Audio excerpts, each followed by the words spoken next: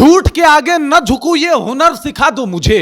झूठ के आगे न झुकूं ये हुनर सिखा दो मुझे। अगर सच बोलना गुनाह है तो सजा दो मुझे। और जो भी अंजाम हो परवाह नहीं है अब, जो भी अंजाम हो परवाह नहीं है अब, बस अपनी हकीकत से रूबरू करा दो मुझे। ये कहना है चिराग पासवान का सम्राट चौधरी को। साहब, सम्राट चौधरी ने जिस तरीके से टीआरई 4 के अभ्यर्थियों पे लाठी बरसाई है, तमाम मंत्री चुप थे, कोई कुछ बोल नहीं पा रहा था सम्राट चौधरी को। लेकिन चिराग पासवान सामने से आके इस बात को गलत ठहरा रहे हैं। और भाई सैल्यूट है चिराग पासवान को, क्योंकि एक तरफ जहां पे तमाम मंत्री बैठ के तमाशाबीन बन के उन तमाम अभ्यर्थियों को पिटते हुए देख रहे थे, तो दूसरे तरफ जो है वो एकदम से विरोध कर रहे हैं चिराग पासवान और साफ तौर पे कह रहे हैं कि भाई साहब आपकी ये रणनीति गलत है।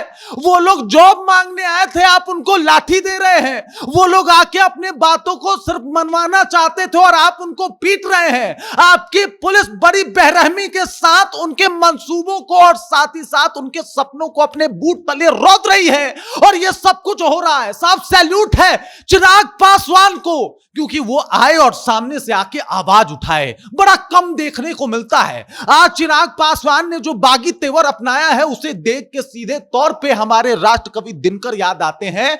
क्योंकि कभी जब नेहरू जी के खिलाफ भी कोई बोल नहीं पाता था, तो अकेले दिनकर जी थे जो संसद भवन में खड़े होके नेहरू जी के खिलाफ बोले थे। और ये आज जो चिराग पासवान ने कहा है ऐतिहासिक है जनाब। क्या कुछ कहा है सब कुछ विस्तार पूर्वक आपको बताएंगे, समझाएंगे। लेकिन उससे पहले मेरा परिचय जान लीजिए। मेरा नाम है रजत और आप जनता जंक्शन देख रहे हैं। क्या कमाल की बात है भाई। मतलब जिस तरीके से अभ्यर्थी गए, उनको जॉब चाहिए था, लेकिन सम्राट चौधरी की पुलिस ने उनको लाठियां दी है। और उसके बाद जो है वो तमाम जगह पे इसका विरोध शुरू हुआ। लेकिन एनडीए के नेता साहब, वो लोग मुंह में तिनका दबा के बैठे थे। लेकिन चिराग पासवान ने बता दिया अलग है, हम अलग हैं इन लोगों से, हम बहुत अलग हैं। हम इस तरीके की राजनीति नहीं करते हैं। आपको याद होगा जब आरक्षण को लेकर मामला बढ़ा था, तब मोदी सरकार के विपक्ष में खड़े थे उस वक्त चिराग पासवान।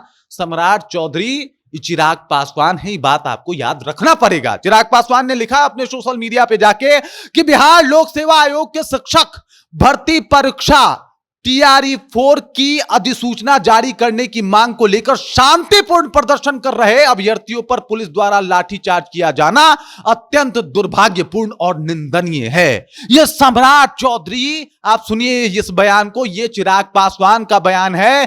कह रहे हैं कि शांतिपूर्ण प्रदर्शन कर रहे, वो लोग शांतिपूर्ण प्रदर्शन कर रहे थे और आपके जो पुलिस वाले हैं उनके ऊपर लाठी चला रहे थे। उन्होंने कहा कि लोकतंत्र में युवाओं को अपनी जायज मांगों को रखने का अधिकार है।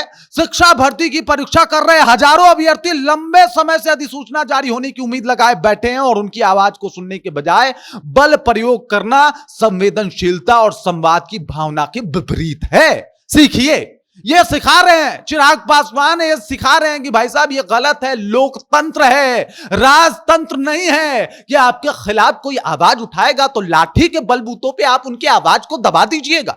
ये बात कह रहे हैं कि सरकार एवं प्रशासन को चाहिए कि अभ्यर्थियों की मांगों पर गंभीरता पूर्वक विचार करते हुए जल्द से जल्द टीआरई 4 की अधिसूचना जारी करे तथा युवाओं के भविष्य और उनके धैर्य का सम्मान करें। साथ ही अभ्यर्थियों से भी आग्रह है कि कल ही सरकार के नए मंत्रिमंडल का विस्तार हुआ है, ऐसे में थोड़ा समय दें और धैर्य रखें। सरकार जरूर सकारात्मक पहल करेगी। ये तो मांग किया है उन्होंने अभ्यर्थियों से। इस तरीके से भी अभ्यर्थियों से बातचीत किया जा सकता है। अरे भाई साहब, जितने मंत्रिमंडल में पढ़े लिखे लोग नहीं है ना, उससे ज्यादा पढ़े लिखे लोग आप सड़कों पे पीट रहे थे।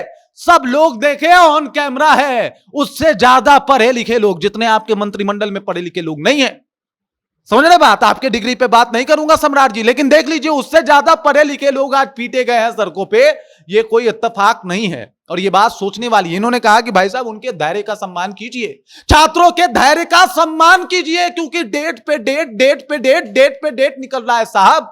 नौकरी नहीं मिल रही है, नौकरी बिल्कुल नहीं मिल रही है। और अब जिस तरीके से चिराग पासवान ने इस बात को रखा है, मतलब सैल्यूट कीजिए कि एक बंदा, एक इंसान ऐसा भी है इस मंत्रिमंडल में बैठा हुआ।